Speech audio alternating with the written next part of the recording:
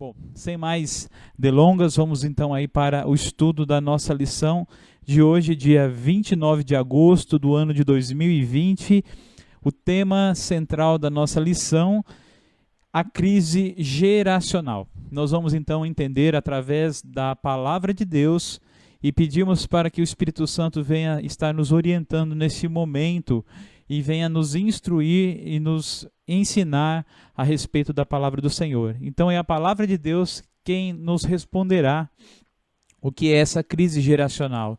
Se ela deve ser ignorada ou se ela deve ser tratada, se ela deve ser mantida ou se ela deve ser aí gerenciada. Bom, para mais nós entendermos o tema, o objetivo da nossa lição é analisarmos como Deus deseja que o seu povo seja constituído por pessoas diversas. Deus, irmãos, ele não está preocupado em ter uma agremiação de pessoas que pensam da mesma maneira, que se comportam de repente da mesma maneira. Deus sabe que temos pessoas de várias personalidades, com várias características, com várias peculiaridades dentro de uma comunidade cristã. E Deus então deseja que o seu povo seja constituído por pessoas de diversas idades, não somente adultos, não somente anciãos, mas de crianças, adolescentes, jovens, adultos, anciãos, sexo masculino, feminino, né, homem, mulher, convivendo sempre em harmonia. Esse é o desejo de Deus. E com relacionamentos marcados por duas características principais: pelo amor e também pelo discipulado. Nós vamos entender por que os relacionamentos em comunidade, onde vemos aí uma diversidade de gerações, né? Crianças, adolescentes, jovens, adultos, anciãos, porque esses dois pilares, esses dois fundamentos devem estar presentes nessa reunião, nessa agremiação, seja o amor e o discipulado. O texto base da nossa lição, ou seja, o texto principal e chave, está registrada na primeira carta de Paulo a Timóteo, né, a seu discípulo, a seu filho na fé, capítulo 5 e o versículo 1. 1 Timóteo, capítulo 5 e versículo 1, que diz assim: não repreenda asperamente ao homem idoso, mas exorta-o, ou seja, instrui-o como se ele fosse o seu pai. E trate também os jovens como a irmãos. Então vemos aqui o apóstolo Paulo, na sua primeira carta ao jovem Timóteo, né, aquele jovem pastor que o apóstolo Paulo estava ali discipulando. Paulo aqui, já um homem avançado em idade, já um ancião, um homem que já, podemos dizer, estava praticamente no final da sua jornada, mas aqui nessa carta, considerada como uma das cartas pastorais, ensinando uma das facetas dessa boa convivência geracional, a boa convivência entre os membros da comunidade cristã. Nós vemos aqui um dos conselhos de Paulo a Timóteo dizendo: não repreendas ao homem idoso de maneira áspera, ou seja, não seja bruto com os mais velhos, não seja ríspido, não seja áspero, exorta eles como se fosse o pai de você, o seu pai, Timóteo. E também aos jovens, aqueles que estão da sua mesma geração, aqueles que são da sua mesma idade, exorta-os, trata-os como se fosse a irmãos.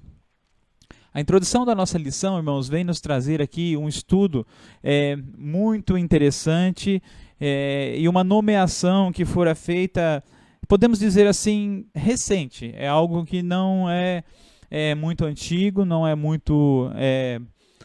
ensino, uma pesquisa muito velha, mas essa pesquisa ela foi elaborada, acredito eu, a partir aí da final da década de 40, década de 50 ou 60, que nos fala aí a respeito da classificação das gerações. Obviamente, em toda a história da humanidade, em toda a história do mundo, né, das relações interpessoais, vemos aí pessoas das mais distintas gerações, como nós já dissemos, né? Crianças, adolescentes, jovens, adultos, anciãos. Mas os sociólogos, né, os estudiosos aí das personalidades humanas, os psicólogos, fizeram uma classificação de algumas gerações. Vemos aqui a geração dos baby boomers, né? São aquelas pessoas aquela geração justamente aí dos nossos pais, dos nossos, de alguns aí dos seus avós, que nasceram aí, vamos dizer assim, no final da década de 40, início da década de 50, até a década de 60. Baby boomers, porque eles utilizaram essa nomenclatura, significa uma explosão de bebês.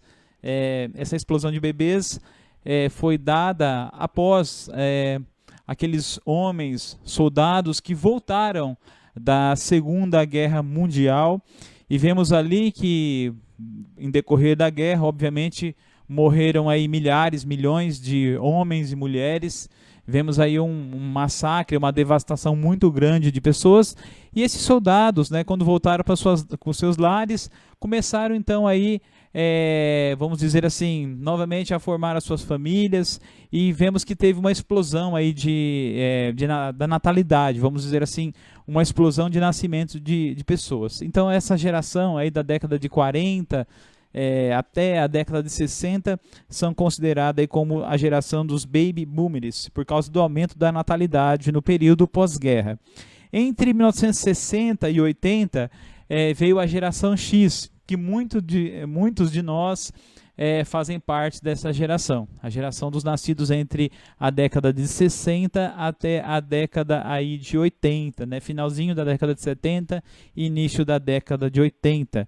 E depois nós temos aí a geração que é chamada de geração Y, ou millennials, ou seja, são aqueles que já nasceram aí início da década de 80 até, vamos dizer aí, o final da década de 90, um pouquinho antes da virada do milênio, né? São considerados como a geração Y ou mileniais, aqueles que nasceram perto da virada do milênio. E os que nasceram entre os anos a partir do final da década de 90, né, 1990, já, vamos dizer assim, na era da internet, né? Já na era digital, que são considerados como a geração Z, que são essas pessoas que já nasceram conectadas, podemos dizer assim, já nasceram ligadas ao acesso à internet. Assim como a geração dos baby boomers foram considerados como a geração da TV, que justamente essas pessoas que nasceram aí por volta do final da década de 40, início da década de 50, nasceram justamente no início, né, quando foi, vamos dizer assim, surgiu a televisão. Quando lá por volta de 1950 a TV foi inventada, estava aí surgindo essa geração da televisão. E é óbvio, irmãos, que estamos dizendo isso a título apenas informativo. Queremos dizer que a igreja, né, a comunidade cristã, a igreja de nosso Senhor Jesus Cristo, ela é composta por essa infinidade de gerações, essas múltiplas gerações, essas múltiplas características, essas múltiplas personalidades, tanto pessoas da geração dos baby boomers aí, como da geração X, Y e Z. E o desafio justamente é esse, irmãos. Todas essas gerações, com seus hábitos, com seus costumes, com as suas vivências, com a sua maneira de se comportar, de falar, de vestir, todas elas interagirem bem, todas elas se ajudarem, cada uma delas desenvolverem os seus ministérios, todas serem participativas umas das outras e, no final, termos aí um bom relacionamento, uma boa convivência, porque esse é o desejo e essa é a vontade de Deus. E a lição também nos fala, irmãos, e isso é claro, nós temos visualizado e temos visto que muitas igrejas têm passado por determinadas crises geracionais, justamente por isso.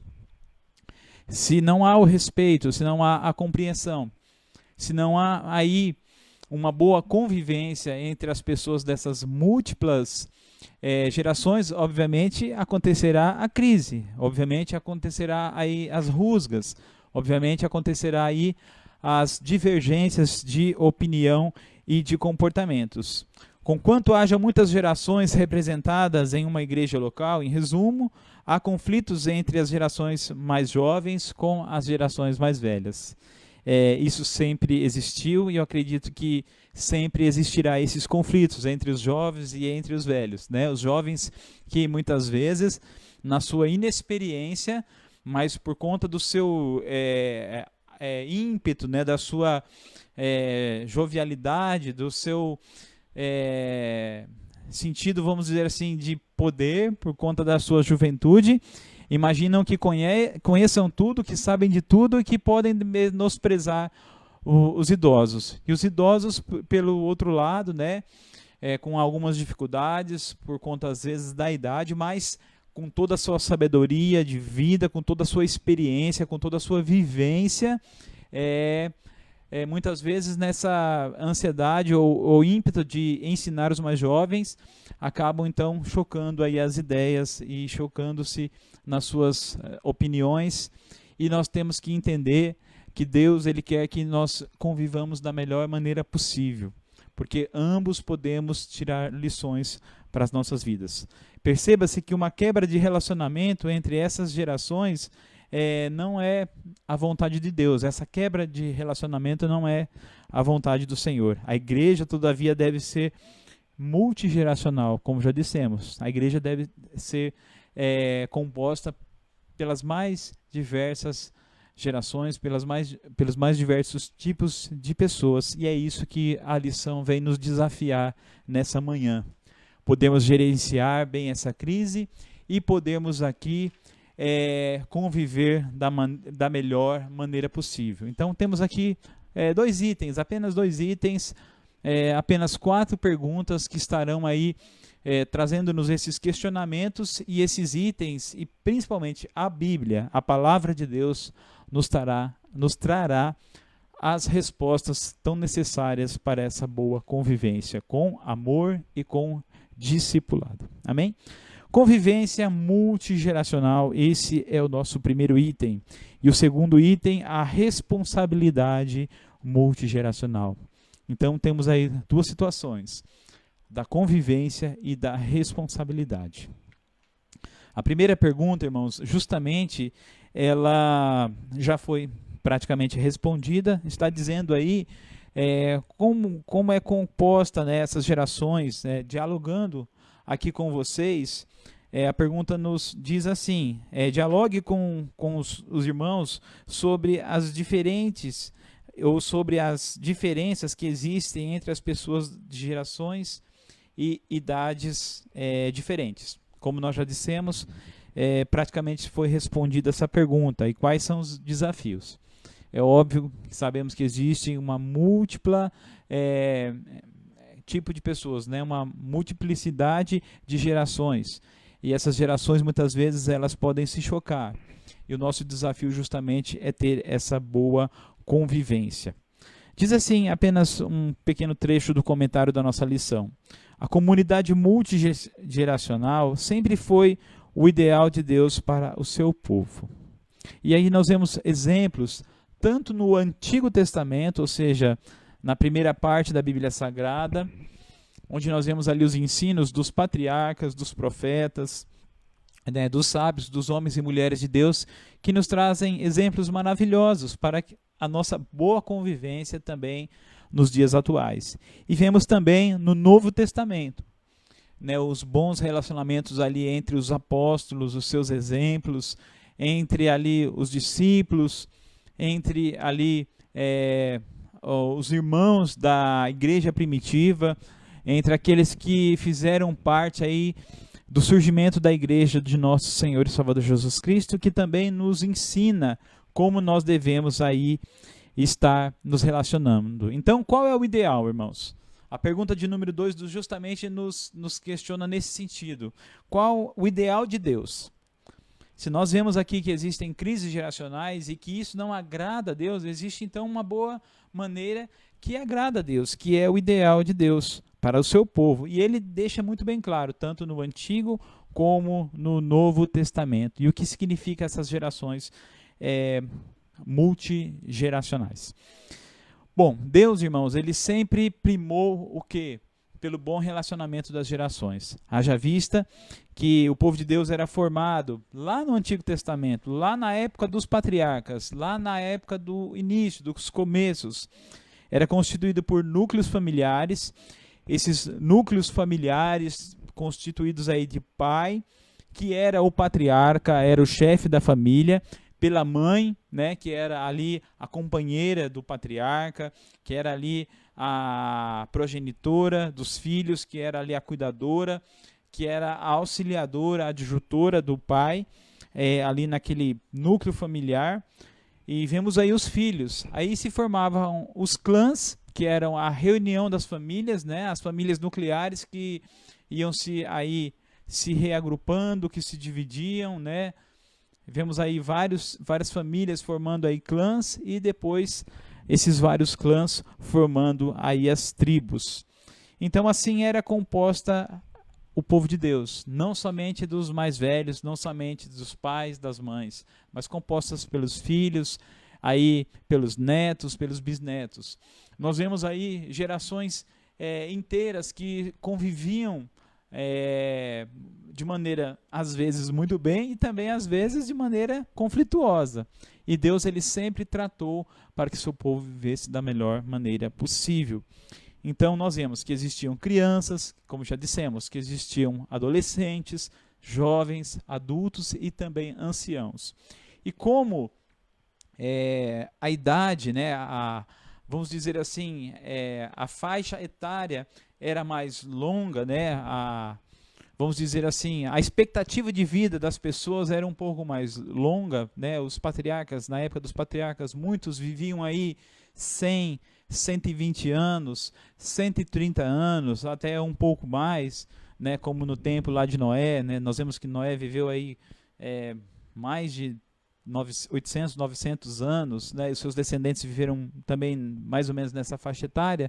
Obviamente nós temos ali uma diversidade de gerações e um desafio muito grande de um bom relacionamento entre essas várias gerações. Então, por causa da longevidade, as gerações viviam muito tempo juntas.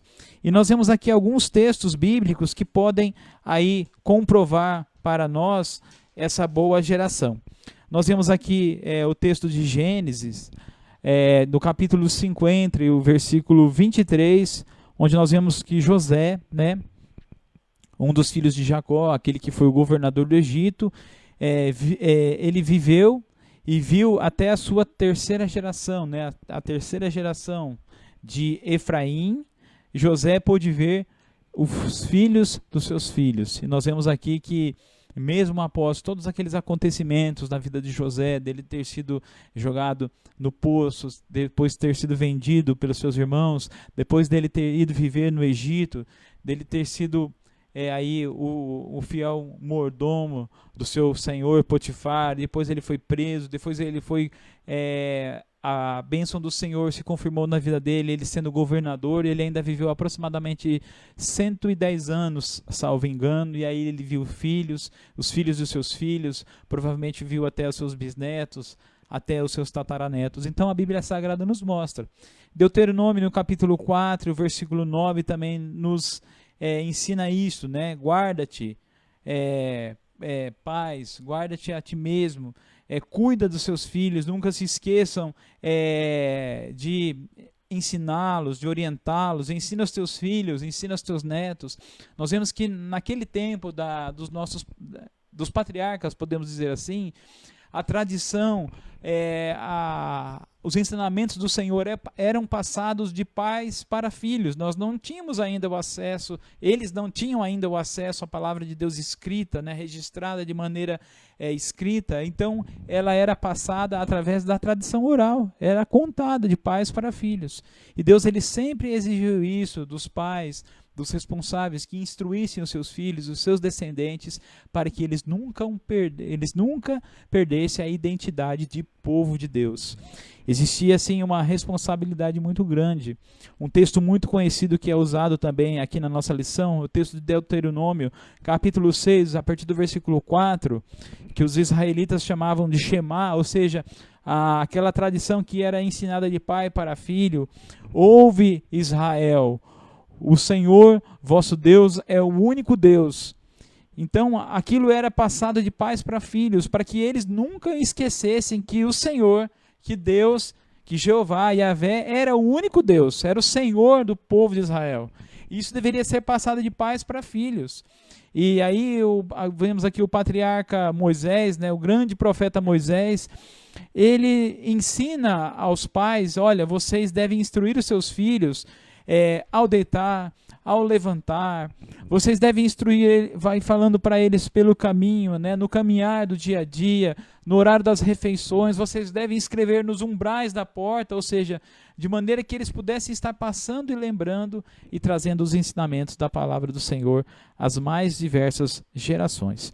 E assim por diante, nós vamos nos caminhando, né, agora para as questões do Novo Testamento. Mas antes de mais nada, eu gostaria de deixar algo muito importante que nós víamos no Antigo Testamento, vemos no Novo Testamento, e isso deve estar incutido dentro de nós, e nós devemos usar isso também nas gerações atuais. Nós vemos aqui que, embora houvesse papéis distintos para cada geração em Israel, cada um era responsável por um determinado trabalho, um determinado ministério, uma determinada realização. Todos eram iguais em valor e dignidade aos olhos de Deus. Depois o apóstolo Paulo, salvo engano, falando em uma das suas cartas, ele diz assim, em Deus não há homem, não há mulher, não há escravo, não há livre, não há bárbaro, cita, não há povos, todos somos um em Cristo Jesus, ou seja, nos tornamos um único corpo em Jesus Cristo, glória a Deus.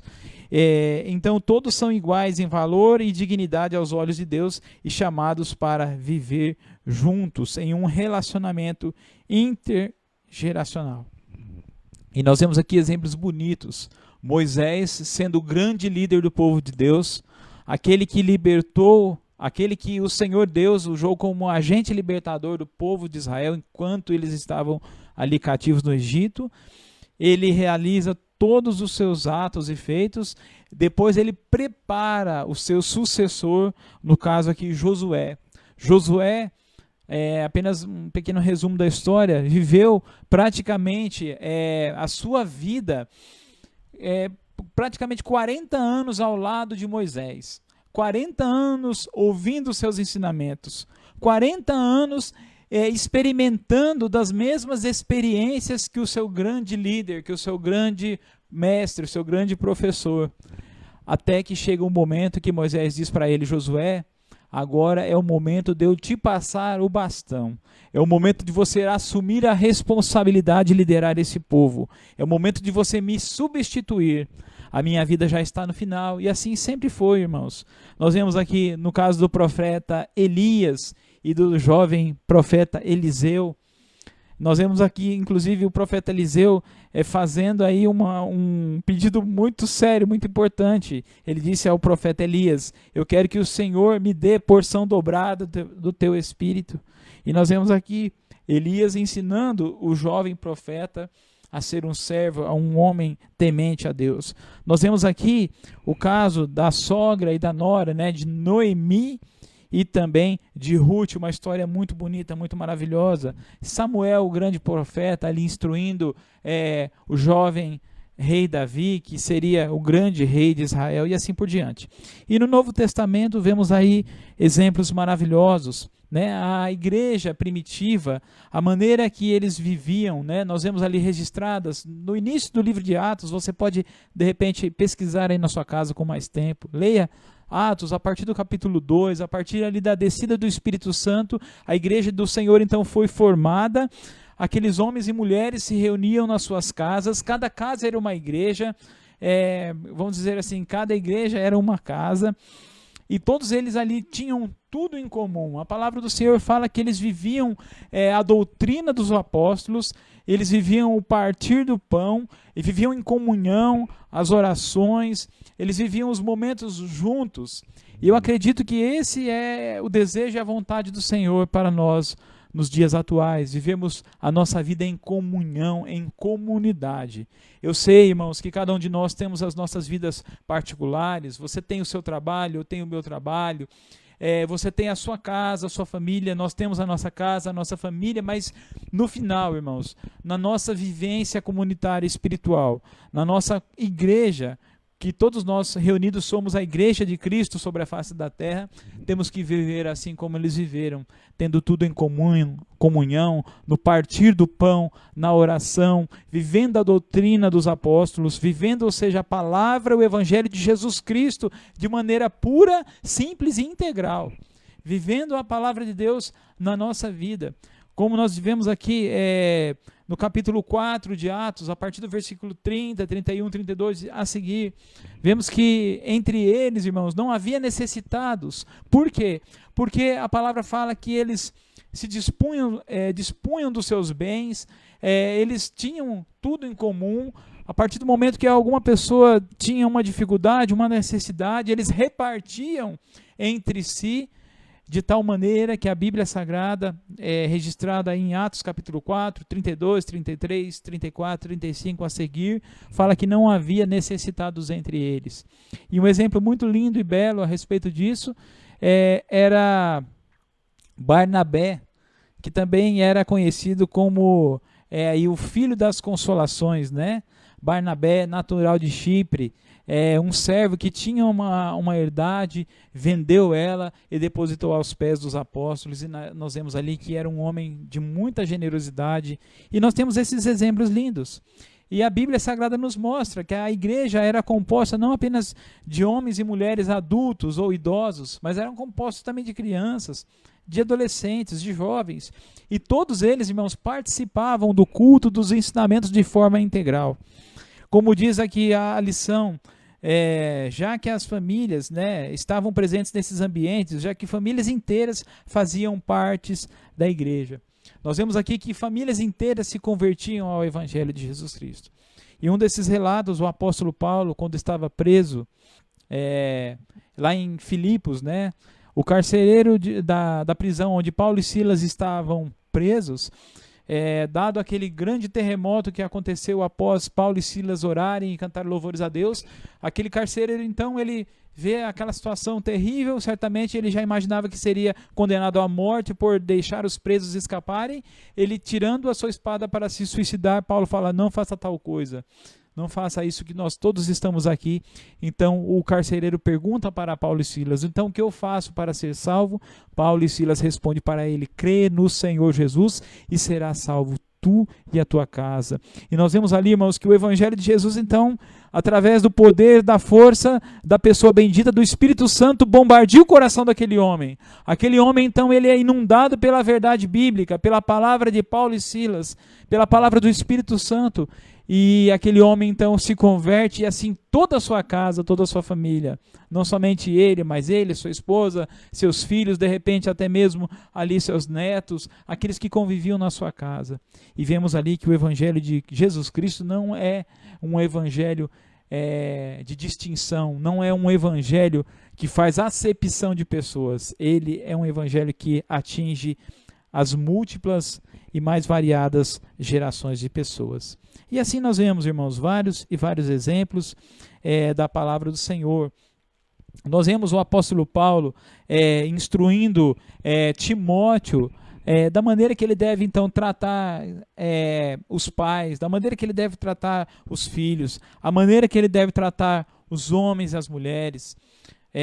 Paulo escrevendo também à igreja de Éfeso, né, aos Efésios, no capítulo de número 6, o versículo 1 a 3 e o versículo 4, o apóstolo Paulo, ele conclama aos filhos a honrarem os seus pais. Filhos, obedeçam aos seus pais em tudo, dê ouvidos àquilo que eles falam. Filhos, honrem os seus pais e a sua mãe, porque esse é um mandamento, é o primeiro mandamento com promessa. Qual a promessa? Para que te vá bem em sua vida e para que o Senhor Deus prolongue os anos de vida sobre a face da terra. E vemos aqui também o ensinamento para os pais: e vós, pais, não provoqueis a ira aos vossos filhos, mas criai o que? Na disciplina e admoestação do Senhor. Ou seja, crie eles na disciplina da palavra do Senhor. Nós vemos hoje, irmãos, uma crise muito grande. Não queremos aqui fazer nenhum tipo de polêmica ou fazermos nenhum tipo de julgamento, mas vemos que hoje tem se dado muitos direitos aos seres humanos, tem se dado muitos direitos aos filhos e cobrado-se poucos deveres. Nós vemos aí cidadãos que têm crescido com aquele senso de muito direito e que pouquíssimos deveres. Isso cria uma situação de crise, cria uma situação um tanto quanto não muito correta. Então nós vemos aqui que existem grandes responsabilidades. Temos os nossos deveres como filhos, como pais, temos os nossos direitos e isso deve ser trabalhado com muito equilíbrio. E vemos também o apóstolo Paulo instruindo a Timóteo, como vimos o seu filho na fé, o jovem pastor Paulo, ou melhor, o jovem pastor Timóteo, sendo ensinado pelo mestre Paulo, também o jovem pastor Tito, né? Que também é mostrado que eles deveriam o quê? Tratar de maneira correta aos anciãos, aos velhos, tratar como se fossem os seus pais, e aos jovens tratar como se fossem os seus irmãos, como se fossem ali os seus iguais. E assim, vemos também Tito, né, que foi pastor lá na ilha de Creta. Vemos para que ele pudesse então orientar os idosos, e ele diz assim: vocês que são mais velhos, orientem os mais novos, né? Os homens mais velhos orientem os homens mais novos, as irmãs mais idosas orientem as irmãs mais jovens, e assim todos vocês passarão as experiências e conviverão da melhor maneira possível. E assim nós chegamos ao nosso segundo item, irmãos, caminhando já para o final da primeira parte da lição. A pergunta de número 3 justamente nos fala, com base no item 2, e se você não tem a lição, marque esses textos. 1 Timóteo, capítulo 5 e o versículo 2, e Evangelho de João, capítulo 13, versos 34 e 35, o livro de Deuteronômio, capítulo 6, versículos 4 a 7, e a epístola a Tito, capítulo 2, versículos 4 e 5, e os demais textos bíblicos abordados nessa sessão, e a pergunta da nossa lição. Quais são as 3 responsabilidades que as diferentes gerações precisam cumprir mutuamente na igreja? Então temos aqui 3 responsabilidades que as mais diversas gerações, ou seja, tanto os jovens, os adultos, os anciãos, homens e mulheres devem, ou seja, serem responsabilizados. Em primeira responsabilidade, termos um relacionamento como família, nos respeitarmos como família, termos esse relacionamento como família. Como a igreja ela é tratada como a família de Deus, a família de Cristo, né? A comunidade cristã é tratada como família de Deus, então já podemos dizer que já temos respondido essa pergunta. Os mais velhos são como mães e como pais, e assim devemos tratá-los como tais, né? Aos nossos irmãos mais velhos devemos ter todo o respeito, todo o carinho, toda a consideração como temos com os nossos pais. Eles são mais velhos, têm mais experiência, têm mais conhecimento, mais vivência bíblica, não devem ser desprezados.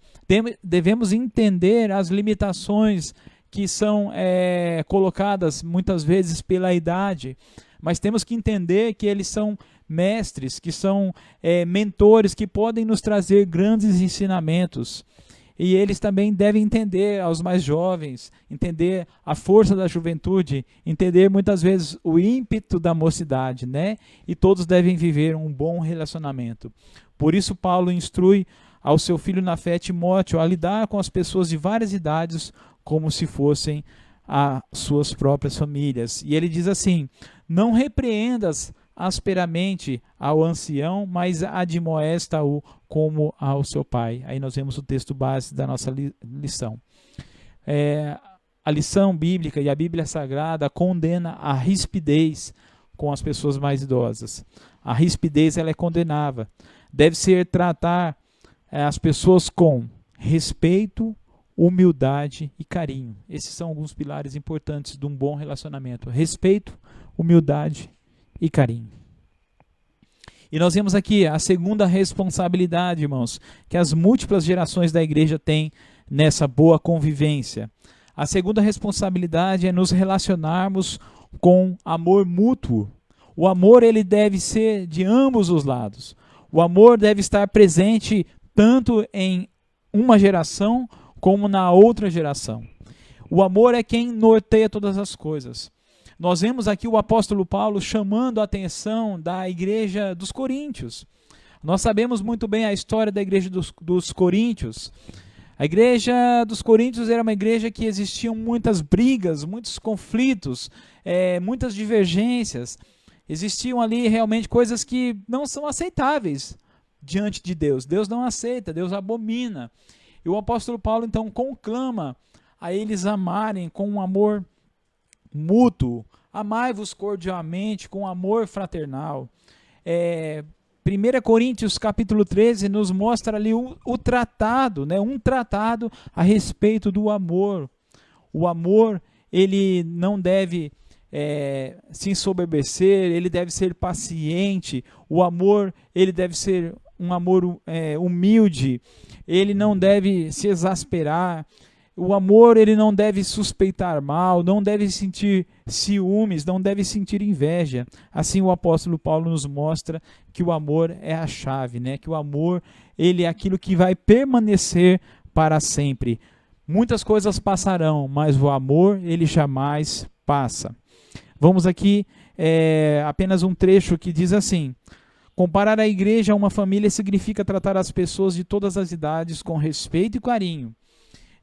Se relacionar com amor fraternal, com amor mútuo. O amor é o distintivo do genuíno cristão, ou seja, é aquilo que identifica um verdadeiro cristão.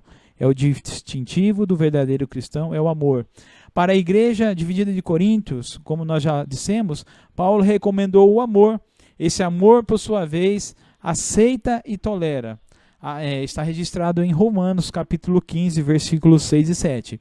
Assim deve-se aceitar as diferenças no estilo de se vestir, de falar, das gerações e das preferências de certos tipos musicais, formatos litúrgicos e tradições eclesiásticas. Então nós devemos trabalhar bem essas facetas para que a boa convivência seja aí cultivada entre os membros da igreja. E a terceira e última responsabilidade as gerações devem se relacionar como discípulos, né? Então nós vemos aqui, já dissemos lá no início da lição, desde o início, irmãos, as gerações eram relacionadas assim como discípulos. Nós vemos ali os mestres, aqueles que eram mais velhos, os mentores, ensinando os seus liderados, ou seja, os seus discípulos. Discípulo, irmãos, justamente significa o quê? Aquele que imita, aquele que, vamos dizer assim, vive da mesma maneira do que o seu Senhor, do que o seu mestre, do seu mentor. Se somos discípulos de Jesus, devemos desejar e viver assim como Jesus nos ensinou.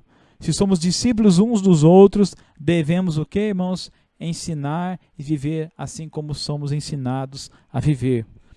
Nós vemos aqui que desde o Antigo Testamento, a geração mais velha é chamada para discipular a próxima geração.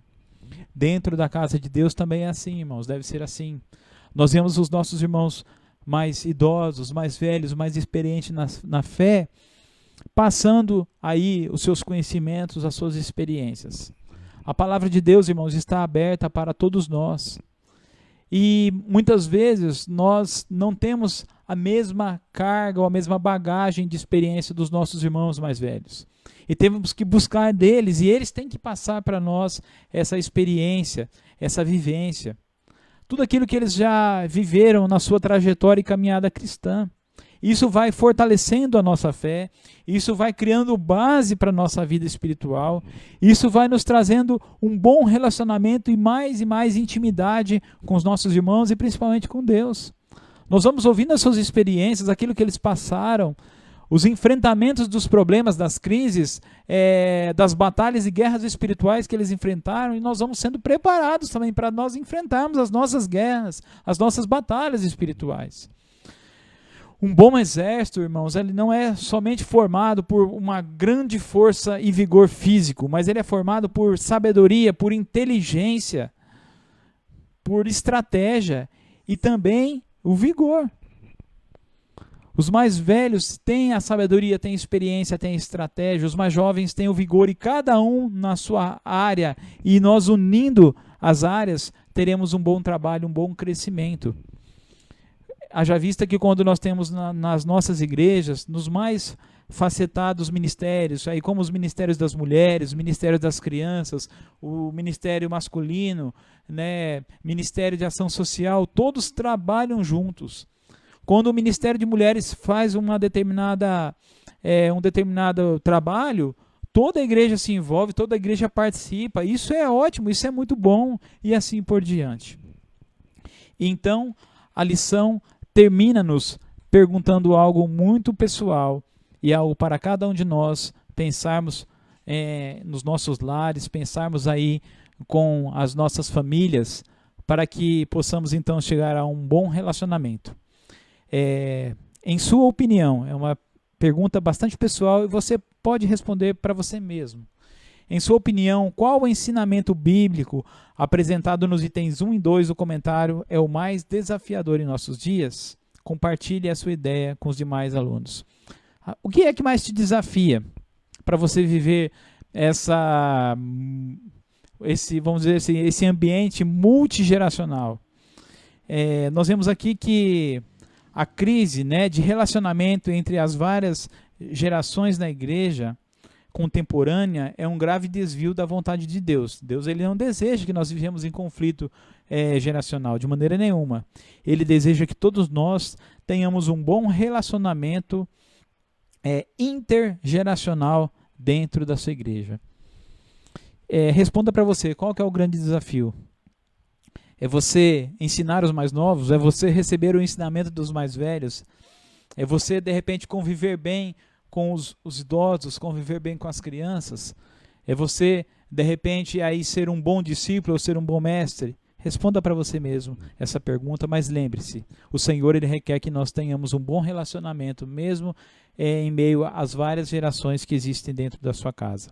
Finalizando, as igrejas precisam fomentar os relacionamentos entre as gerações, ou seja, a igreja precisa cultivar, precisa aí regar bons relacionamentos em torno das múltiplas gerações. A sua igreja fomenta o convívio entre as pessoas diferentes? Eu acredito que sim, irmãos. Nós devemos então aí cultivar esse bom relacionamento. E quero deixar aqui apenas um pequeno tópico do comentário. O que não pode acontecer é os ministérios e eventos por idades suplantar o relacionamento entre as diferentes gerações da igreja cristã. Ou seja, nós não podemos, irmãos, de repente temos lá um trabalho dos jovens e os jovens quererem apenas que os jovens participem. Quando o trabalho está sendo feito pelos jovens, todos devem participar, da criança ao ancião. A igreja ela é aberta a todas as pessoas, às múltiplas gerações. Essa é a vontade de Deus. Se temos lá um trabalho de doutrina, se temos lá um trabalho do Ministério de Mulheres, se temos lá um trabalho do Ministério Pastoral, todos devem participar.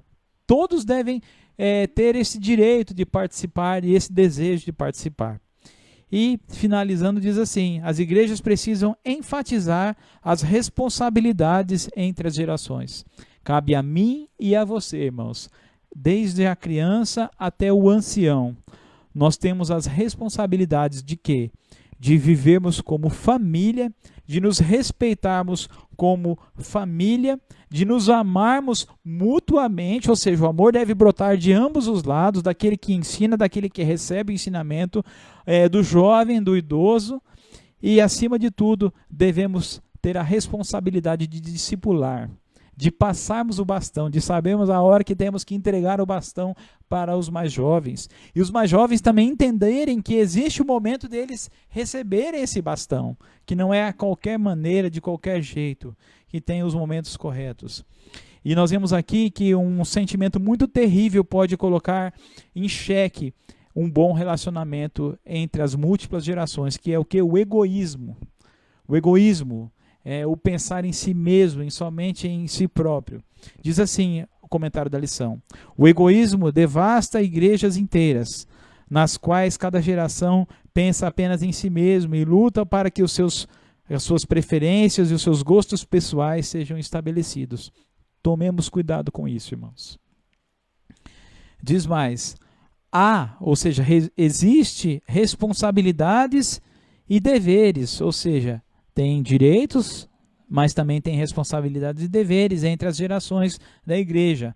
Elas devem amar-se e também se discipular, conforme nós vemos nos textos de João 13, 34 e 35, Romanos 15, 6 e 7 e Tito 2, 2 e 6. Logo, é preciso aceitar as diferenças cultuais entre as gerações, ter paciência, respeitar e acolher os seus estilos, gostos e maneiras diferentes de pensar e de agir. É preciso, irmãos, é outra coisa desafiadora, é preciso sacrificar.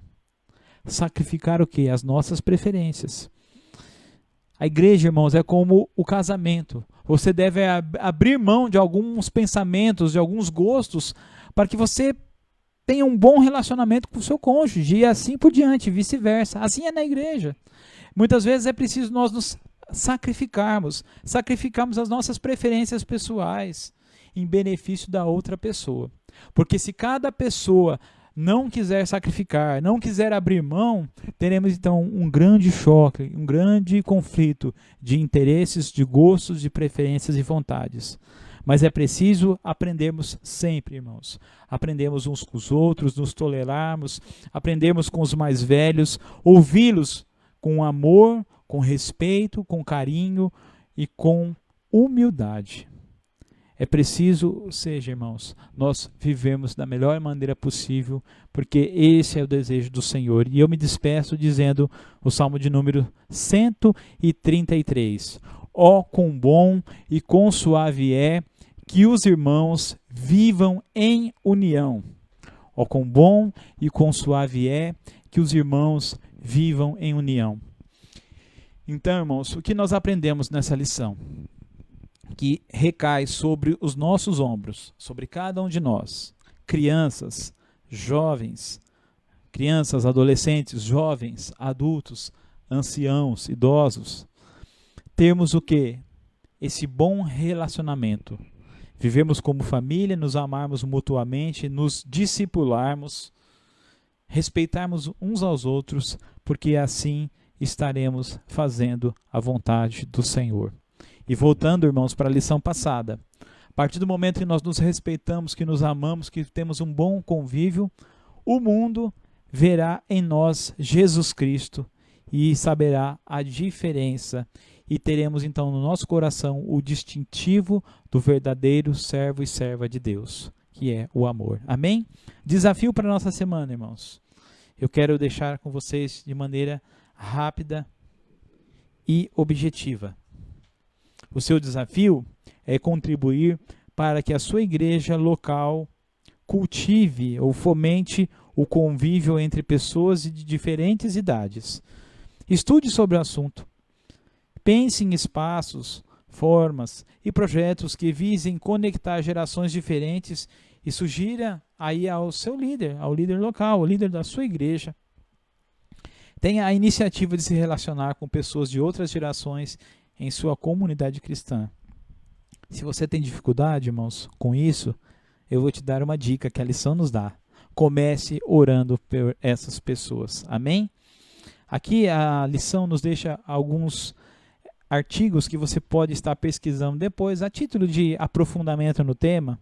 Aqui estão 2 artigos que podem lhe ajudar na ampliação dos seus conhecimentos sobre o assunto abordado nessa lição. O primeiro, ambos estão aí disponíveis na internet.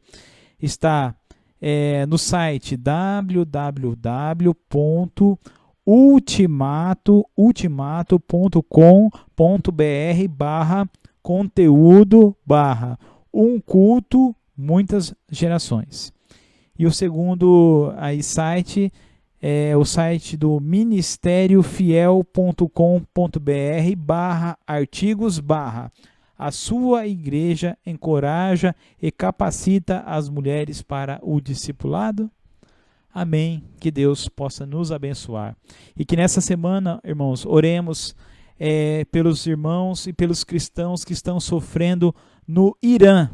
O Irã é um país lá do Oriente Médio, de regime aí, na sua maioria religioso islâmico, e que sofre, os nossos irmãos cristãos sofrem lá, porque pregar lá é ilegal, se converter lá ao cristianismo é ilegal, e muitas pessoas têm sofrido. Então ore, irmãos, para os irmãos e os cristãos que estão sofrendo perseguição por conta do amor de Jesus Cristo nesse país que tem massacrado muitos e muitos cristãos. Orem pelos cristãos que estão no Irã. Amém? Que Deus te abençoe. Até o próximo sábado, irmãos, a lição de número 10, uma comunidade atraente. E a partir do próximo sábado, que é o primeiro sábado de setembro, teremos aqui a nos trazer as orientações da palavra do Senhor, o nosso irmão Lucas Caetano, que estará fazendo aí as próximas 4 lições. Que Deus nos abençoe. Muito obrigado, irmãos. Foi um prazer muito grande estar com todos vocês. Em nome de Jesus. Amém.